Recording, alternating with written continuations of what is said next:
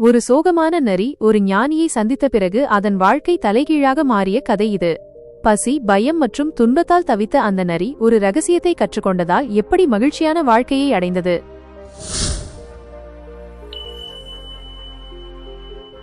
ஒரு காலத்தில் அடர்ந்த வனத்தில் உயரமான மரங்களும் செழிப்பான புதர்களும் நிறைந்த ஒரு பெரிய காட்டில் ஒரு நரி வாழ்ந்து வந்தது. அதன் பெயர் ரூபா. ரூபாவின் வாழ்க்கை காலையில் அது விழிக்கும் ஒவ்வொரு கணத்திலிருந்தும் இரவு கண்மூடும் ஒவ்வொரு நொடியும் துயரங்கள் நிறைந்ததாக இருந்தது. அது எப்போதும் பசியுடனும் பலவீனமாகவும் இருந்தது. அதன் மெல்லிய உடல் அதற்கு போதுமான உணவு கிடைக்கவில்லை என்பதற்கான தெளிவான அறிகுறியாக இருந்தது. மழை காலங்களில் தங்குவதற்கு ஒரு நிரந்தரமான குகை இல்லை. வெயில் காலங்களில் நிழலுக்கு ஒரு மரம் கூட இல்லை. உணவு தேடி அலைந்து திரிந்து ஒவ்வொரு நாளும் ஒரு புதிய அச்சுறுத்தலை எதிர்கொண்டது. தனிமை, பயம் மற்றும் எதிர்காலம் குறித்த நிச்சயமற்ற துக்கம் மட்டுமே அதன் நிரந்தர துணையாக இருந்தன. அதன் கண்கள் எப்போதுமே ஒருவித கவலையையும் ஏக்கத்தையும் கொண்டிருந்தன. ஒருநாள் அந்த வனத்தின் வழியே ஒரு ஞானி நடந்து சென்று கொண்டிருந்தார்.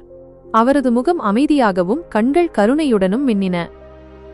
பலவீனமான அந்த நரி தொலைவில் ஞானியின் அசைவைக் கண்டு தன் இறுதி நம்பிக்கையின் கடைசி முயற்சியாக அவரை பார்த்து, "சுவாமி, தயவு செய்து நில்லுங்கள். எனக்கு உதவ முடியுமா?" என்று மெல்லிய, கிட்டத்தட்ட கேட்க முடியாத குரலில் கூறியது. அதன் குரல் பல நாட்கள் பசியால் தவித்ததன் விளைவாக பலவீனமாக ஒலித்தது. ஞானி மெதுவாக நின்று கருணையுடன் நரியை நோக்கி திரும்பினார். "என்ன ஆயிற்று? ஏன் இவ்வளவு சோகமாக இருக்கிறாய்? உன் கண்களில் இவ்வளவு வேதனை ஏன்?" என்று கேட்டார்.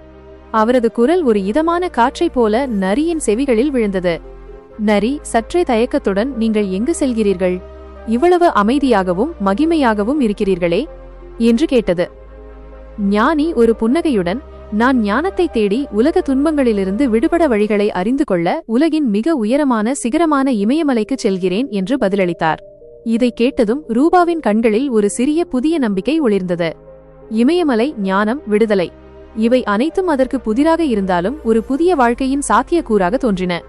அது தன் தலையை தாழ்த்தி தன்னடக்கத்துடன், "சுவாமி, தயவு செய்து இமயமலையில் இறைவனிடம் என்னை பற்றி கேளுங்கள். என் துன்பங்கள் எப்போது முடிவடையும்? என் கெட்ட நாட்கள் எப்போது நல்ல நாட்களாக மாறும்? எனக்கு இந்த துக்கத்திலிருந்து எப்போது விடுதலை கிடைக்கும்?" என்று கிட்டத்தட்ட மன்றாடும் குரலில் கேட்டது. ஞானி நரியின் ஏக்கத்தை புரிந்து கொண்டு அதன் முதுகில் மெதுவாக தடவி, "நான் நிச்சயமாக உன்னை பற்றி கேட்பேன் என் அன்பே" என்று வாக்குறுதி அளித்துவிட்டு தன் நீண்ட பயணத்தை தொடர்ந்தார். ரூபாவின் உள்ளத்தில் ஒரு புதிய நம்பிக்கை துளிர்விட்டது.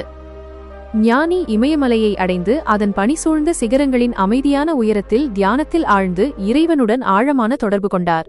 அவர் ரூபாவின் துன்பத்தை பற்றி இறைவனிடம் சொல்லி அதன் தலைவிதியை பற்றி கேட்டார். இறைவன் ஒரு ஆழமான குரலில் பதிலளித்தார். அந்த நரியின் தலைவிதியில் இன்னும் 7 ஆண்டுகள் கடுமையான கஷ்டம் எழுதப்பட்டுள்ளது.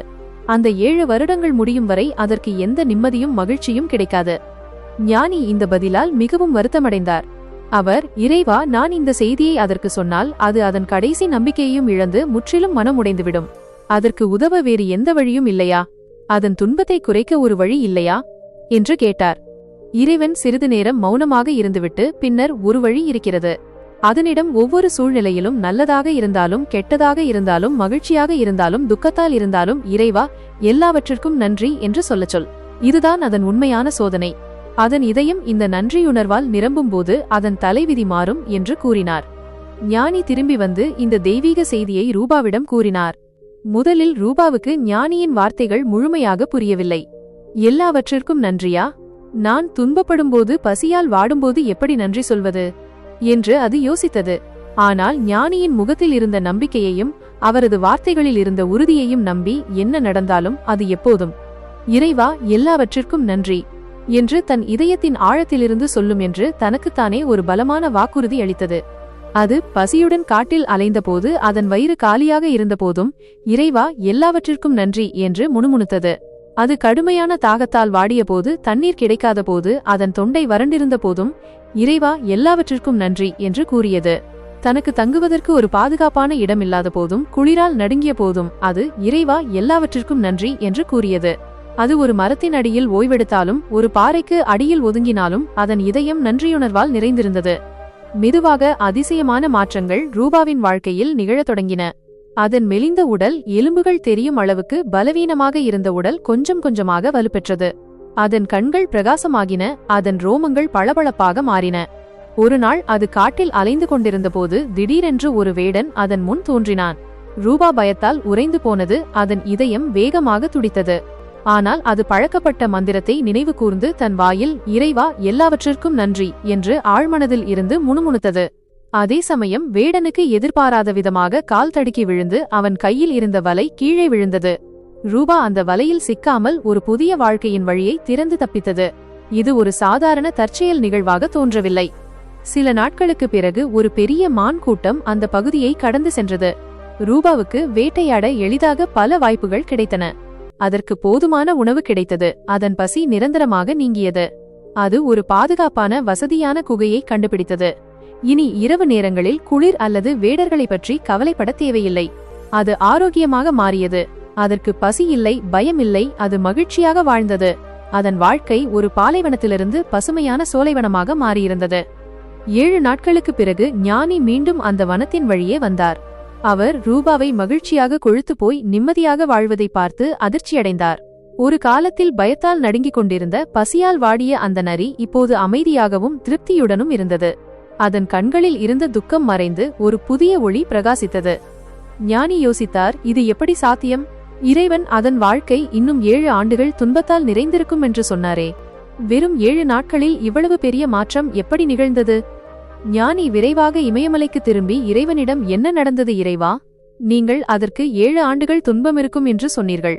ஆனால் அதன் வாழ்க்கை 7 நாட்களில் மாறிவிட்டது. இது எப்படி நிகழ்ந்தது என்று கேட்டார். இறைவன் ஒரு ஆழமான புன்னகையுடன், ஆம், அதன் தலைவிதி 7 ஆண்டுகள் துக்கத்துடன் எழுதப்பட்டது. ஆனால் அந்த நரி தனது தூய நன்றியுணர்வால் அதை மாற்றியது. யாராவது ஒவ்வொரு சூழ்நிலையிலும் நல்லதாக இருந்தாலும் கெட்டதாக இருந்தாலும் மகிழ்ச்சியாக இருந்தாலும் துக்கத்தால் இருந்தாலும் உண்மையாகவே இறைவா எல்லாவற்றிற்கும் நன்றி என்று தங்கள் இதயத்தின் ஆழத்திலிருந்து கூறும்போது அவர்கள் தங்கள் கடந்த கால கர்மாக்களை எரிக்கிறார்கள். அதன் சோதனை முடிந்தது. அதன் தூய ஆழ்ந்த நன்றியுணர்வால் அதன் 7 ஆண்டுகால துக்கம் வெறும் 7 நாட்களாக குறைக்கப்பட்டது என்று கூறினார். நரியின் கதை நமக்கு சொல்லும் செய்தி இதுதான். நம் தலைவிதி எதுவாக இருந்தாலும் நம்முடைய மனப்பான்மை அதை மாற்றும் வல்லமை கொண்டது. ஒவ்வொரு நொடியும் நன்றியுடன் வாழ்ந்தால் 7 வருட துயரம் கூட 7 நாட்களாக குறையலாம்.